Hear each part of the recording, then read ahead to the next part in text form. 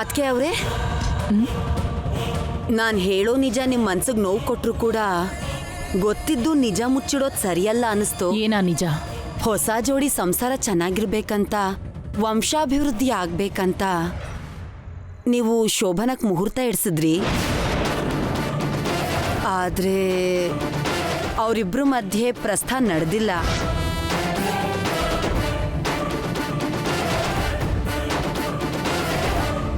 ಆ ವಿಷಯ ನಿನಗೆ ಹೇಗೆ ಗೊತ್ತು? ನನಗೆ ಅಲ್ಲ ಅದಕ್ಕೆ ಅವರೇ, ಅವ್ರ ರೂಮ್ ನೋಡಿದ್ರೆ ಯಾರಿಗೆ ಆದರೂ ತಕ್ಷಣ ಗೊತ್ತಾಗ್ಬಿಡುತ್ತೆ. ತೋರಿಸ್ತೀನಿ ಬನ್ನಿ.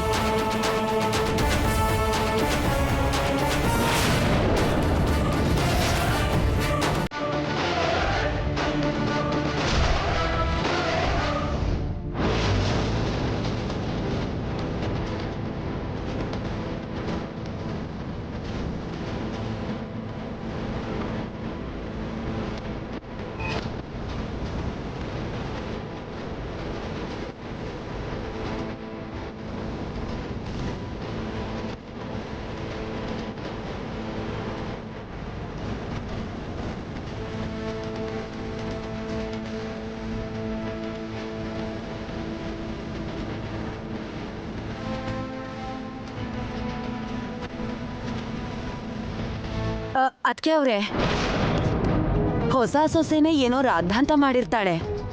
ಶೋಭನಾ ನಿಂತು ಹೋಗಿರುತ್ತೆ. ನೀವು ಹಾಕಿದ ಗೆರೆ ದಾಟದೇ ಇರೋ ಕೈಲಾಶ್ ರಾತ್ರಿ ಎಲ್ಲ ನಿದ್ದೆ ಮಾಡದೆ ಪಾಪ ಎಷ್ಟು ಕಷ್ಟಪಟ್ಟಿರ್ತಾನೋ. ಕಂಡವರ ಜೀವನನ ಇಣಕ್ ನೋಡುವಂಥ ದರಿದ್ರ ಯೋಚನೆನ ಬಿಟ್ಬಿಟ್ರೆ ನಿನಗೆ ಒಳ್ಳೇದು. ನನ್ನ ಮಗ ಸೊಸೆ ವಿಷಯದಲ್ಲಿ ನಾನೇ ತಲೆ ಹಾಕಲ್ಲ. ನಿನಗೇನು ಹಕ್ಕಿದೆ ಮೂಗ್ ತೋರ್ಸೋದಿಕ್ಕೆ?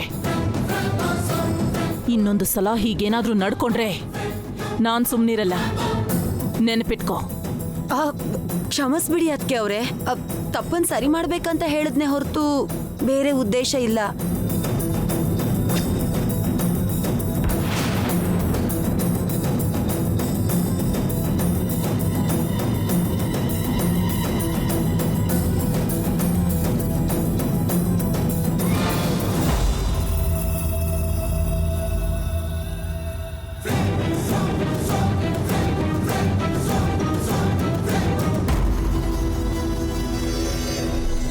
ಪೂಜೆ ಮುಗೀತೇನಮ್ಮ? ಮುಗೀತು ಅತ್ತೆ.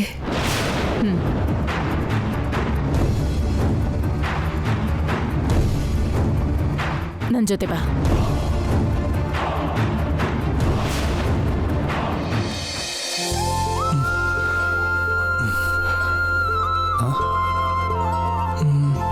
ಇದನ್ನ ಯಾರು ಹೊತ್ಸಿದ್ರು? ರಾಧಿಕಾ ಅವ್ರು ಹೊತ್ಸಿದ್ರೇನೋ.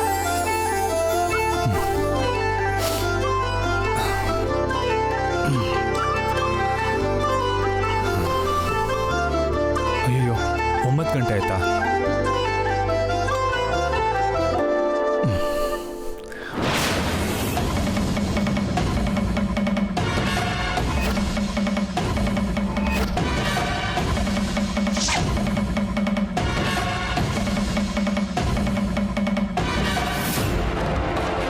ಮನೆ ಸೊಸೆ ಜವಾಬ್ದಾರಿ ಅಂದ್ರೆ ಬೆಳಗ್ಗೆ ಎದ್ದು ರಂಗೋಲಿ ಹಾಕಿ ದೇವರಿಗೆ ಪೂಜೆ ಮಾಡಿ ಬೇಕಾಗಿರೋದನ್ನ ಬೇಯಿಸಿ ಹಾಕೋದು ಮಾತ್ರನೇ ಅಲ್ಲ.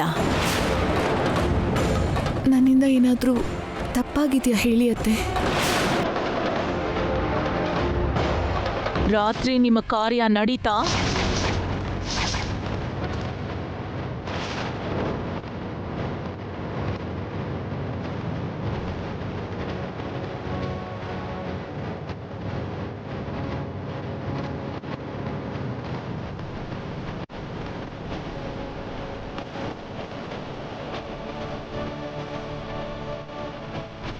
ಇನ್ಯಾವತ್ತೂ ನನ್ನ ಮುಂದೆ ಹೀಗೆ ತಲೆ ತಗ್ಸೋ ಪರಿಸ್ಥಿತಿ ತಂದ್ಕೋಬೇಡ.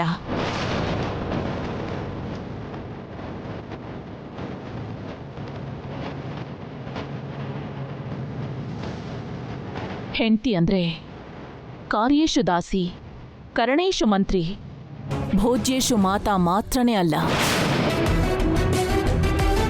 ಶಯನೇಶು ರಂಭಾ ಕೂಡ. ಅದನ್ನ ಜ್ಞಾಪಕ ಇಟ್ಕೊಂಡು ಬದುಕಬೇಕು.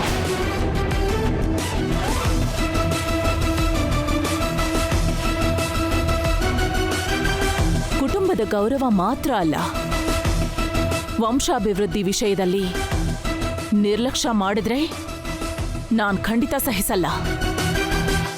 ನನ್ನ ಕ್ಷಮಿಸಿ ಅತ್ತೆ. ಇನ್ಯಾವತ್ತೂ ನಿಮಗೆ ಕೋಪ ತರಿಸೋ ಕೆಲಸ ಮಾಡಲ್ಲ. ಕೈಲಾಶ್ ಚಿಕ್ಕ ವಯಸ್ಸಿಂದ ಹೆಣ್ಣು ಮಕ್ಕಳ ವಿಷಯದಲ್ಲಿ ಸ್ವಲ್ಪ ದೂರ ಇದ್ದೇ ಅಭ್ಯಾಸ. ಮಾತು ಶುರು ಮಾಡೋದಕ್ಕೆ ಅರ್ಧ ನಿಮಿಷ ಯೋಚನೆ ಮಾಡ್ತಾನೆ. ನೀನೇ ಸಲಿಗೆ ತಗೋಬೇಕು. ಕಾರ್ಯ ಆಗೋ ಥರ ನೋಡ್ಕೋ. ಅರ್ಥ ಆಯ್ತಾ?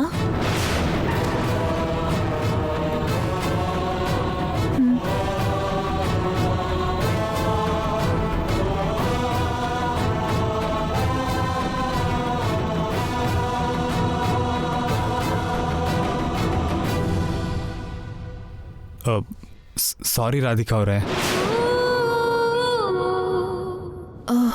ನೀವ್ಯಾಕೆ ಸಾರಿ ಹೇಳ್ತಿದ್ದೀರಾ? ಒಂದಷ್ಟು ದಿನ ನಮ್ಮ ಫಸ್ಟ್ ನೈಟ್ ಮುಂದಕ್ಕೆ ಹಾಕೋಣ ಅಂತ ನಾನೇ ತಡೆದೆ.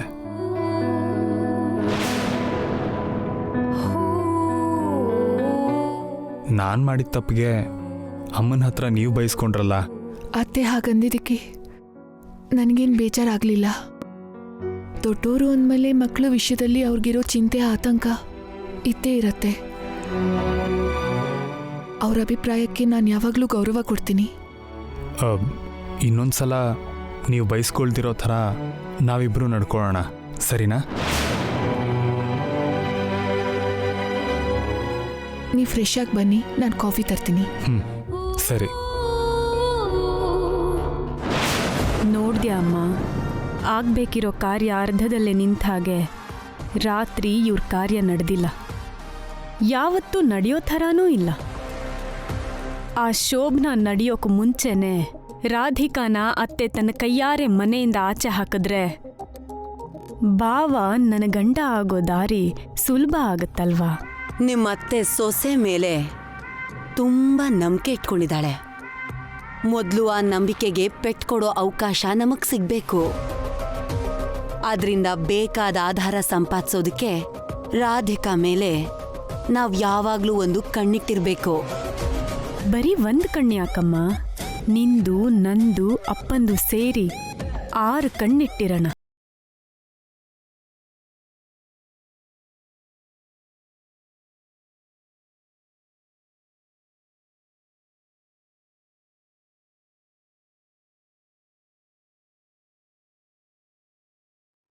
ಏನ್ರಿ, ಟಿಫನ್ ರೆಡಿಯಾಗಿದೆ, ಬೇಗ ಬನ್ನಿ.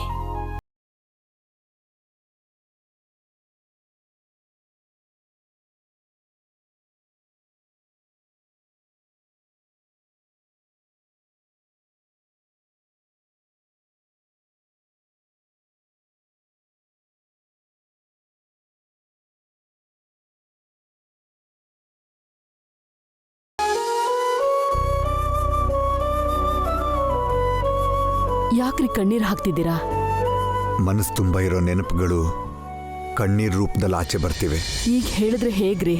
ನೀವು ಚಿಂತೆ ಮಾಡ್ತಿದ್ದೀರಂತ ಗೊತ್ತಾದ್ರೆ ರಾಧಿಕಾ ತುಂಬಾ ನೊಂದ್ಕೋತಾಳೆ.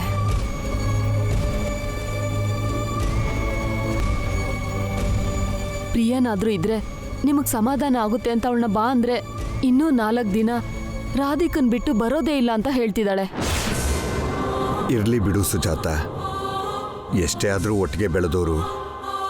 ಅಲ್ಲಿ ರಾಧಿಕಂಗೆ ಅಭ್ಯಾಸ ಆಗೋವರೆಗೂ ಅವಳಿಗೆ ಜೊತೆ ಸಿಕ್ದಂಗಾಗತ್ತೆ. ಆದರೂ ಕೂಡ ಯಾವಾಗಲೂ ಕಿಲಕಿಲ ಅಂತಿದ್ದ ಮನೆ ಮಕ್ಕಳು ಇಲ್ದಿರೋದ್ರಿಂದ ಜೀವ ಕಳ್ಕೊಂಡ್ಬಿಟ್ಟಿದೆ. ಧೈರ್ಯ ಹೇಳ್ಬೇಕಾದವ್ರೆ ಹೀಗೆ ಬೇಜಾರು ಮಾಡ್ಕೊಂಡ್ರೆ ಹೇಗ್ರಿ? ಮೊದಲು ಟಿಫನ್ ಮಾಡಿ, ಬ್ಯಾಂಕಿಗೆ ಟೈಮ್ ಆಗುತ್ತೆ. ಮದುವೆ ಆದ ಹೆಣ್ಮಕ್ಳು ಅತ್ತೆ ಮನೇಲೇ ಇರಬೇಕು ಅನ್ನೋ ಆಚಾರ ಯಾರು ಕಂಡು ಹಿಡಿದ್ರೋ ಏನೋ. ತಿಂಗಳಲ್ಲಿ 15 ದಿನ ಅಳಿಯಂದ್ರ ಜೊತೆ ಸೇರಿ ಮಗಳು ತವ್ರ ಮನೇಲೂ ಇರಬೇಕು ಅನ್ನೋ ನಿಯಮ ಇದ್ರೆ ಚೆನ್ನಾಗಿರ್ತಿತ್ತು. ನನ್ನಂತ ಅಪ್ಪಂದ್ರಿಗೆಲ್ಲ ಸ್ವಲ್ಪ ನೆಮ್ಮದಿ ಸಿಗ್ತಿತ್ತು. ಸರಿ, ಇವಾಗ ತಿಂಡಿ ತಿನ್ನಿ.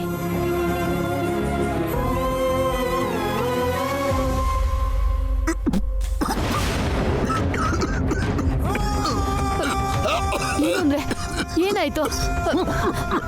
ಸ್ವಲ್ಪ ನೀರು ಕುಡಿರಿ. ನಿಧಾನ ನಿಧಾನ.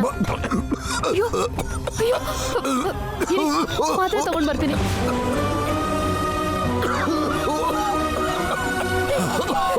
ಏನ್ರಿ ಬ್ಲಡ್ ಬರ್ತಿದ್ಯಲ್ಲ? ಬಾಯಿಂದ ಬ್ಲಡ್ ಬರ್ತಿದೆ ರೀ. ಹಾಸ್ಪಿಟ್ಲ್ಗೆ ಹೋಗೋಣ, ನಡೀರಿ ನಡೀರಿ. ಅಯ್ಯೋ ಏನು ಅಂದ್ರೆ? ಅಯ್ಯೋ ಏನ್ರಿ? ಅಯ್ಯೋ ಏನಾಯ್ತು ರೀ? ಏನ್ರಿ ಇದು? ಟ್ಯಾಬ್ಲೆಟ್ ತಗೊಂಡ್ ಬರ್ತೀನಿ, ಇಲ್ಲೇ ನಿಂತ್ಕೊಂಡಿರಿ.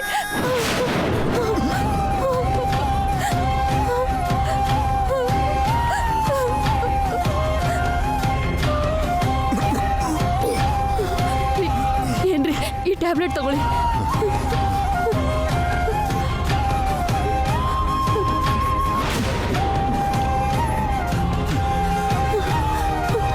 ಏನ್ರಿ, ನಿಮ್ಗೇನು ಆಗಿಲ್ಲ ಅಲ್ವಾ? ನೀನ್ ಗಾಬರಿ ಆಗ್ಬೇಡ. ರಾಧಿಕಾ ಮಗುನ ಎತ್ತಿ ಆಡ್ಸೋವರೆಗೂ ಆ ದೇವ್ರು ನನ್ಗೆ ಆಯ್ಸ್ ಕೊಡ್ತಾನೇನೋ ನಂಬಿಕೆ ಏನ್ರಿ? ಇದೆ.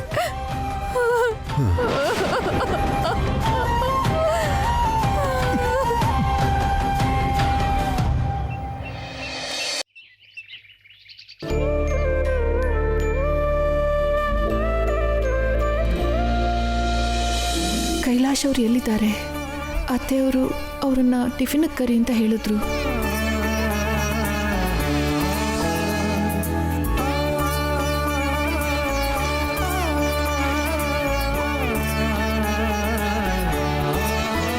ಸ್ನಾನ ಮಾಡ್ತಿದ್ದಾರೆ ಅನ್ಸತ್ತೆ.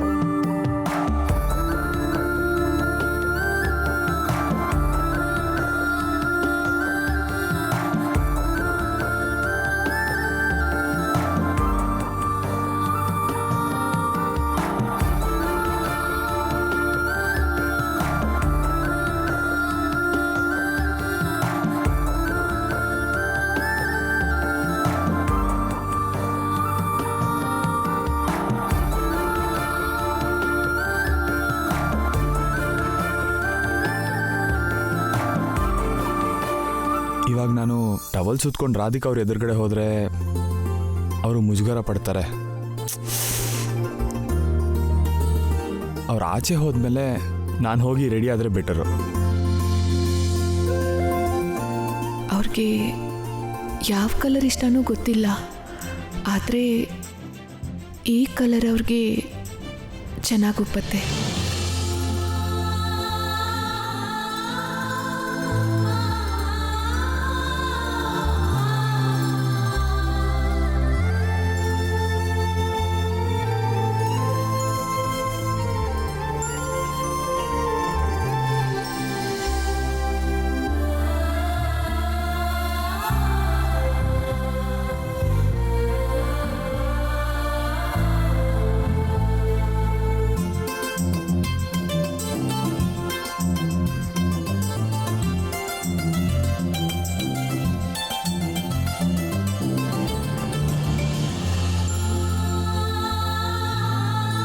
ರಾಧಿಕಾ, ಬೇಗ ಬನ್ನಿ ಇಬ್ರು.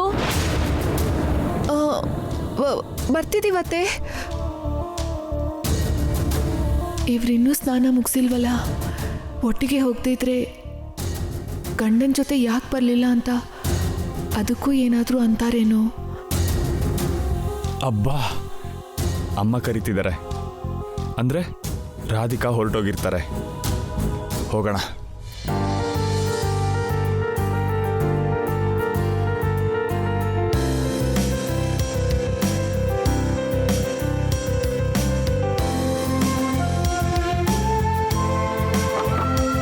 ಕೈಲಾಶ್ ಅವರೇ. ಹೇಳಿ ರಾಧಿಕಾ ಅವರೇ. ಅತ್ತೆ ಅವರು ಟಿಫಿನ್ ಮಾಡೋದಕ್ಕೆ ಕರೀತಿದ್ದಾರೆ. ನೀವು ಬೇಗ ಬಂದರೆ ಒಟ್ಟಿಗೆ ಹೋಗೋಣ ಅಂತ. ನನಗೆ ಸ್ವಲ್ಪ ಟೈಮ್ ಹಿಡಿಯುತ್ತೆ ರಾಧಿಕಾ ಅವರೇ. ನೀವು ಹೋಗಿರಿ, ನಾನು ಹೊರಗಡೆ ಬರ್ತೀನಿ. ಹೊರಗಡೆ ಬರ್ತೀನಿ ಅಂದರೆ? ಅಂದರೆ ರೆಡಿಯಾಗಿ ಬರ್ತೀನಿ ಅಂತಿದ್ದೀನಿ. ಪರವಾಗಿಲ್ಲ, ನಾನು ವೇಟ್ ಮಾಡ್ತೀನಿ. ತಡವಾಗಿ ಹೋದರೆ ಅಮ್ಮ ಏನಾದರೂ ಅಂತಾರೇನೋ. ಮೊದಲು ನೀವು ಹೋಗಿ ನಾನು ಬರ್ತಿದ್ದೀನಿ ಅಂತ ಹೇಳಿ. ಸರಿ. ಓಕೆ ರೀ.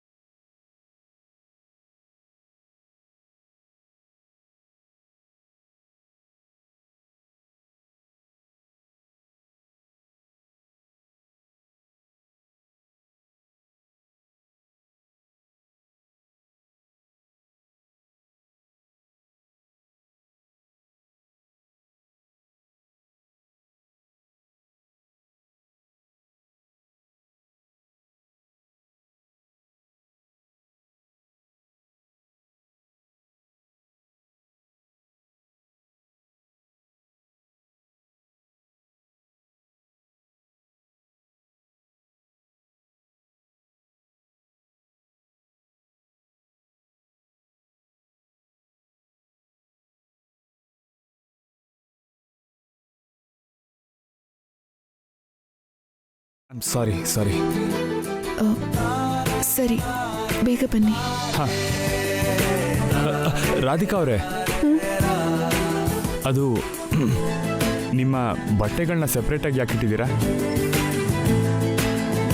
ನನ್ನ ಬಟ್ಟೆ ಪಕ್ಕದಲ್ಲಿ ಸ್ಪೇಸ್ ಇದೆಯಲ್ಲ, ಒಟ್ಟಿಗೆ ಇಟ್ಬಿಡಿ, ಚೆನ್ನಾಗಿರುತ್ತೆ. ನೀವು ಬನ್ನಿ. ಹಾಂ.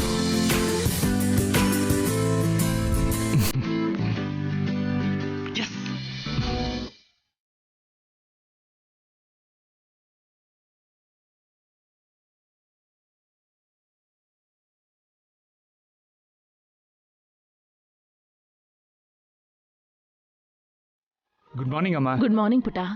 Good morning. Good morning.